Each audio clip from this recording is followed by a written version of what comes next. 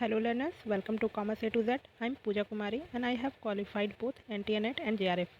अगर आपने मेरे चैनल को सब्सक्राइब नहीं किया है तो please subscribe this channel and also press the bell icon जिससे कि आपको टाइम टू टाइम नोटिफिकेशन मिलती रहे।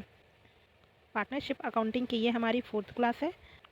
लास्ट वीडियो में हम लोगों ने profit and loss appropriation account के थ्योरी पार्ट को देखा था, जिसमें कि हम लोगों ने एप्रोप्रिएशन अकाउंट की मीनिंग को समझा था, पार्टनरशिप फर्म में हम लोग इसको क्यों प्रिपेयर करते हैं इसको समझा था एंड इसके फॉर्मेट को भी देखा था।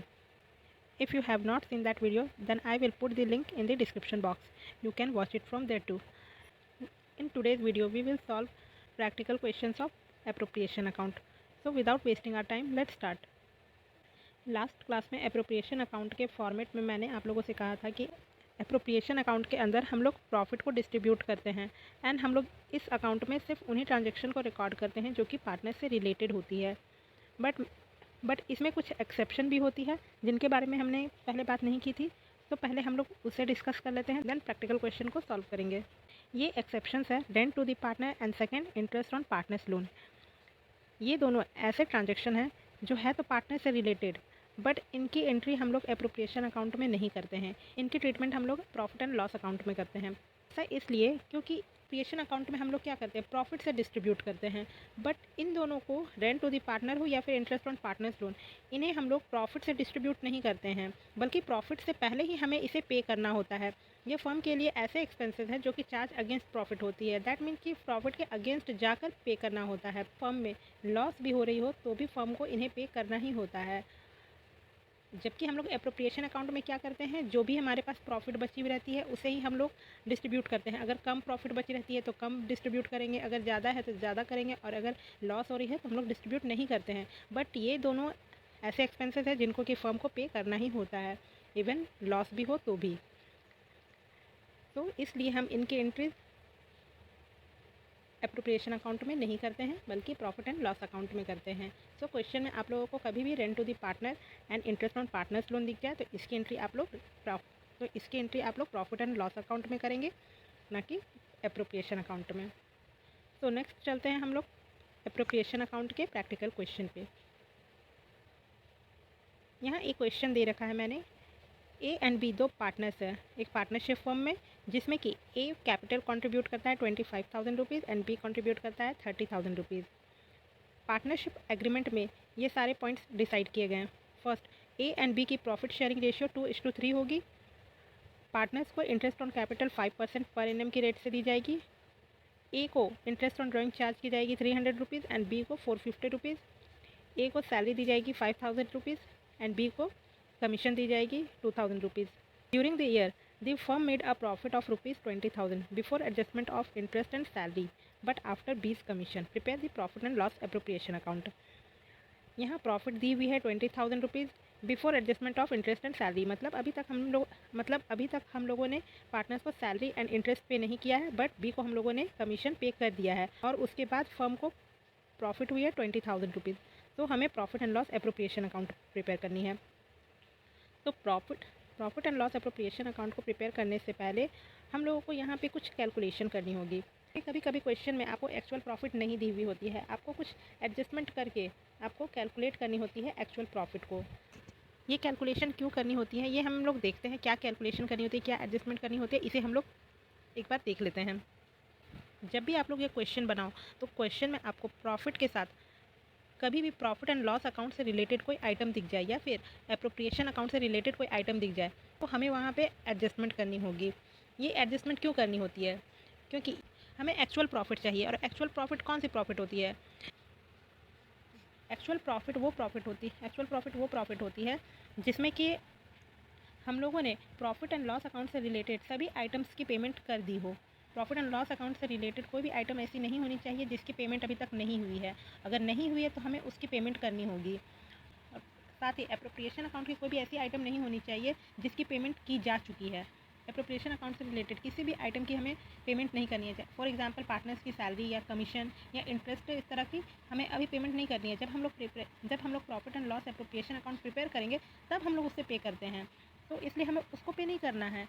लेकिन प्रॉफिट एंड लॉस अकाउंट से रिलेटेड अगर कोई आइटम है तो हमें उसे पे कर देना है। उसके बाद ही हमारे पास जो रिमेनिंग बचती है वही हमारी प्रॉफिट होती है। मैंने एक छोटा सा एग्जाम्पल दे रखा है। इसको सॉल्व करने से आप लोगों को बिल्कुल अच्छी तरह से क्लियर हो जाएगा कि हमें किस तरह से एडजस्ट करना है प्रॉफिट एंड लॉस अकाउंट के आइटम को एंड एप्रोप्रिएशन अकाउंट के आइटम को। तो यहाँ लिखा है the profit of the firm before charging rent to the partner is ₹25,000। यहाँ प्रॉफिट ऑफ द फर्म दे रखी है ₹25,000 एंड साथ ही ये लिखा है कि रेंट अभी तक पे नहीं की गई है पार्टनर को। तो रेंट टू दी पार्टनर मैंने कहा था कि प्रॉफिट एंड लॉस अकाउंट से रिलेटेड आइटम है, तो प्रॉफिट एंड लॉस अकाउंट से रिलेटेड किसी भी आइटम की किसी भी एक्सपेंसेस की पेमेंट हो जानी चाहिए।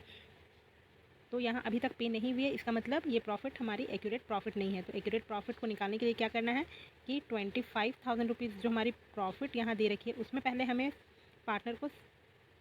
हम लोगों को पहले पार्टनर को रेंट पे कर देना है। पार्टनर को रेंट पे करेंगे तो यहाँ पे हमारे पास रिमेनिंग अमाउंट बचेगी ₹23,000। तो ये ₹23,000 प्रॉफिट होगी फर्म के लिए। अब इसको हम लोग 23,000 को हम लोग एप्रोप्रिएशन अकाउंट के क्रेडिट साइड में लिखेंगे। तो इस तरह से हम लोग प्रॉफिट एंड लॉस अकाउंट को एडजस्ट करते हैं। इसी तरह से नेक्स्ट ये भी देख लेते हैं हम लोग एप्रोप्रिएशन अकाउंट की ट्रीटमेंट किस तरह करेंगे हम लोग। The profit of the firm before interest on capital and salary but after partners commission is ₹15,000। यानी प्रॉफिट दे रखी है ₹15,000 और इसमें कहा है interest on capital and salary अभी तक पे नहीं की गई है, बट पार्टनर को कमीशन पे की जा चुकी है। Interest on capital and salary पे नहीं की गई है पार्टनर्स को, तो हमें पे करनी भी नहीं है। मैंने कहा था कि एप्रोप्रिएशन अकाउंट से रिलेटेड किसी भी आइटम की पेमेंट अभी नहीं करनी है हमें उसकी पेमेंट कब करनी है, जब हम लोग एप्रोप्रिएशन अकाउंट प्रिपेयर करेंगे तब। और अगर किसी आइटम की पेमेंट की जा चुकी है तो हमें क्या करना होगा, उस पेमेंट को वापस लेना होगा। तो अभी तक हम लोगों ने interest on capital and salary पे नहीं किया है, जो कि सही है, हमें करनी भी नहीं है। बट आफ्टर पार्टनर्स कमीशन मतलब पार्टनर को कमीशन पे की जा चुकी है, तो क्या करना है, उससे पहले हम लोगों को उस कमीशन को वापस लेना होगा। तो प्रॉफिट है हमारे पास ₹15,000। अब हमें इसमें उस कमीशन को वापस ले लेना है। वापस लेने के बाद हमारे पास जो भी अमाउंट आएगी ये हमारी एक्यूरेट प्रॉफिट होगी और इसको हम लोग एप्रोप्रिएशन अकाउंट के क्रेडिट साइड में लिखेंगे। आई होप कि आप लोगों को बिल्कुल अच्छी तरह से क्लियर हो गई होगी कि एक्यूरेट प्रॉफिट कैलकुलेट करने के लिए हमें profit and loss account and appropriation account को किस तरह से एडजस्ट करना होता है। फिर भी अगर आप लोगों को किसी तरह की कोई कन्फ्यूज़न हो तो आप लोग कमेंट बॉक्स में कमेंट करके पूछ सकते हो। नेक्स्ट चलते हैं हम लोग अपने क्वेश्चन पे।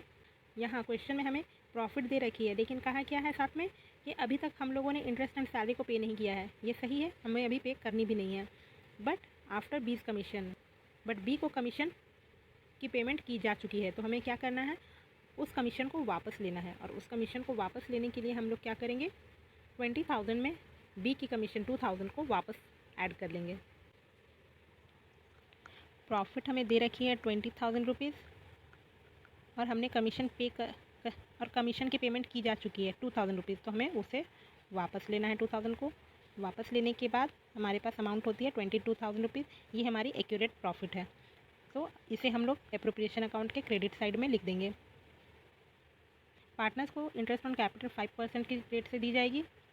तो ए ने कैपिटल कंट्रीब्यूट किया था ₹25,000 एंड बी ने ₹30,000। तो हम लोग इंटरेस्ट ऑन कैपिटल को कैलकुलेट कर लेते हैं। ए ने कैपिटल कंट्रीब्यूट किया है 25,000, इसे हमें 5%, सॉरी ये 5 है, 5% की रेट से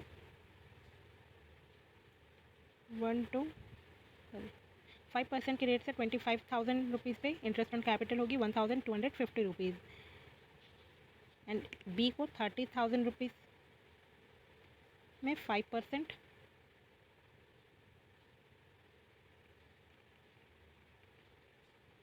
बी को ₹30,000 में 5% की रेट से इंटरेस्ट दी जाएगी ₹1,500। तो ₹1,250 एंड ₹1,500 को ऐड करके हम लोग दोनों को इंटरेस्ट ऑन कैपिटल शो करेंगे डेबिट साइड में एप्रोप्रिएशन अकाउंट के। ए को 25,000 पे 5% की रेट से 1,250 एंड बी को 30,000 पे 5% की रेट से ₹1,500, टोटल ₹2,750। ए को सैलरी दी जा रही थी ₹5,000, उसे हम लोग लिख लेंगे डेबिट साइड में। कमीशन दे, अब हम लोग यहाँ पे बी को कमीशन देंगे जिसको कि हम लोगों ने वापस ले लिया था। अब बी को कमीशन पे करें 2000 रुपीज़, इसकी भी एंट्री हम लोग डेबिट साइड में करेंगे। एंड क्रेडिट साइड में हम लोगों ने 22,000 रुपीज़ प्रॉफिट ऑलरेडी रिकॉर्ड कर लिया था। अब हम लोग इंटरेस्ट ऑन ड्राइंग को भी क्रेडिट साइड में लिख लेंगे। ए को इंटरेस्ट ऑन ड्राइंग चार्ज की जा रही है 300 रुपीज़ एंड बी को 450 रुपीज़, टोटल 750 रुपीज़। अब इसको कैलकुलेट करने के बाद हमारे पास बैलेंस आती है 13,000 रुपीज़। 13,000 को हम लोग ए एंड बी के बीच 2:3 के रेशियो में डिस्ट्रीब्यूट करेंगे।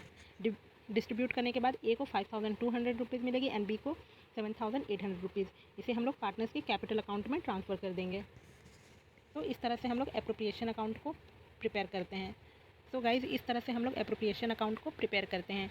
जब भी एप्रोप्रिएशन अकाउंट को प्रिपेयर करें हमेशा ध्यान रखें, प्रॉफिट को देखें कि आप लोगों के पास क्वेश्चन में एक्यूरेट प्रॉफिट है या नहीं है। अगर नहीं है तो आप लोगों को उसमें एडजस्टमेंट करनी होगी और वो adjustment profit and loss account से रिलेटेड हो सकती है या फिर एप्रोप्रिएशन अकाउंट से रिलेटेड हो सकती है। प्रॉफिट एंड लॉस अकाउंट से रिलेटेड अगर किसी भी आइटम की पेमेंट नहीं हुई है तो हमें उसे पे करना है, और अगर एप्रोप्रिएशन अकाउंट से रिलेटेड कोई भी आइटम है जिसको पेमेंट की जा चुकी है तो हमें उस पेमेंट को वापस ले लेना है। उसके बाद हमारे पास जो कैलकुलेट करने के बाद जो भी अमाउंट आएगी वही हमारी एक्यूरेट प्रॉफिट होगी और उसे हम लोग एप्रोप्रिएशन अकाउंट के क्रेडिट साइड में लिखेंगे। तो ये बातें आप लोगों को याद रखनी है। एंड फर्स्ट मैंने एक एक्सेप्शन बताया था जो आप लोगों को, rent to the partner and interest on partners loan. इसे आप लोग हमेशा ध्यान में रखें, इनकी एंट्री कभी भी एप्रोप्रिएशन अकाउंट में नहीं करेंगे। इनकी एंट्री हम लोग कहाँ करेंगे, प्रॉफिट एंड लॉस अकाउंट में। आई होप कि आप लोगों को आज की क्लास अच्छी लगी होगी। बट अगर फिर भी किसी तरह के डाउट है, किसी तरह की कोई कन्फ्यूज़न है तो आप लोग मुझसे कमेंट सेक्शन में कमेंट करके पूछ सकते हो। अगर आज की क्लास अच्छी लगी हो तो प्लीज़ लाइक करें, शेयर करें एंड इस चैनल को सब्सक्राइब करें। मिलती हूँ मैं आप लोगों से नेक्स्ट वीडियो में। Thank you.